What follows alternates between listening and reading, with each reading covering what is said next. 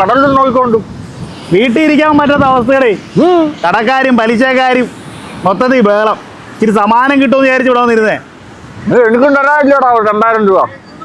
എന്റെ കിഡ്നി ഉള്ളു കൊടുക്കാൻ. അതൊന്ന് എവിടെയെങ്കിലും കൊണ്ട് കൊടുത്തിട്ട് 2000 3000 എത്രാന്ന് വെച്ച് എടുത്തപ്പോ ആ കൊടുക്കുന്ന അതല്ല കിഡ്നി കൊടുക്കണോ ഓർഡർക്കാ പെങ്ങളെ കൊടുക്കാം. പെങ്ങളെ മോന്നണ്ടാ അറിയാം 7 ലക്ഷം രൂപ വരെ കിട്ടും.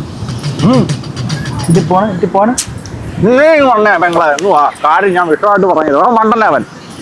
കിഡ്നിക്ക് 7 ലക്ഷം, കരളിന് 7 ലക്ഷം കിട്ടിയാ പുളിക്കൂ.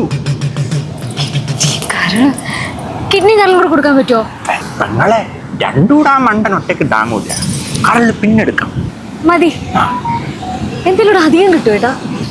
ഞാൻ വിളിക്കട്ടെ, നോക്കിക്കോണേ. ഞെക്കി പിഴിഞ്ഞൊരു 10 ലക്ഷം രൂപ ആക്കിയിട്ടുണ്ട്.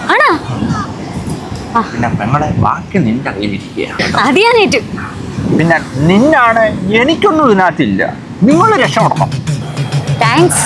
അവന്റെ ഫോണിൽ എന്റെ നമ്പർ ഉണ്ട്, എടുത്ത് വിളി. കൊച്ചു കൊള്ളാം. ചേട്ടാ കിഡ്നി ഒരു തമാശക്ക് ഞാൻ പറഞ്ഞപ്പോ ഇവളത് സീരിയസ് ആയിട്ട് എടുത്ത. ദൈവമേ ഞാൻ പെട്ട്. ഇവക്ക് എന്ത് ചേട്ടാ വെള്ളം കൂടി ചേട്ടാ. അതിന് ഞാൻ വെള്ളം ചോദിച്ചില്ലല്ലേ. നാളെ ആശുപത്രി പോണ്ടേ? എന്തിന്? കിഡ്നി കൊടുക്കാൻ. എടി കാലമാടത്തി സ്വന്തം ഭർത്താവിന്റെ കിഡ്നി കൊടുത്തിട്ട് വേണോടി കടം വീട്ടാൻ കഴിവറടാ പോളെ. പേടിയാവുന്നു ദൈവമേ. വേറെ മാർഗമൊന്നും ഇല്ലല്ലോ, കുടിക്കങ്ങോട്ട്.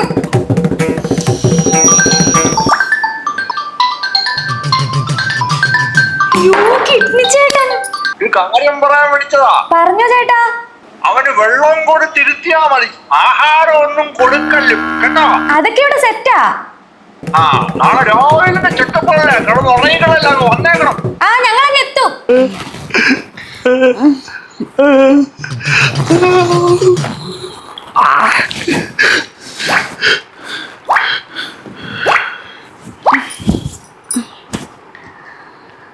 അയ്യോ ചേട്ടാ, ചേട്ടാ നോക്കിയേ.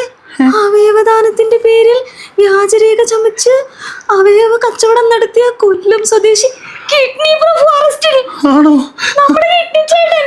അയ്യോ അറസ്റ്റ് ചെയ്താ?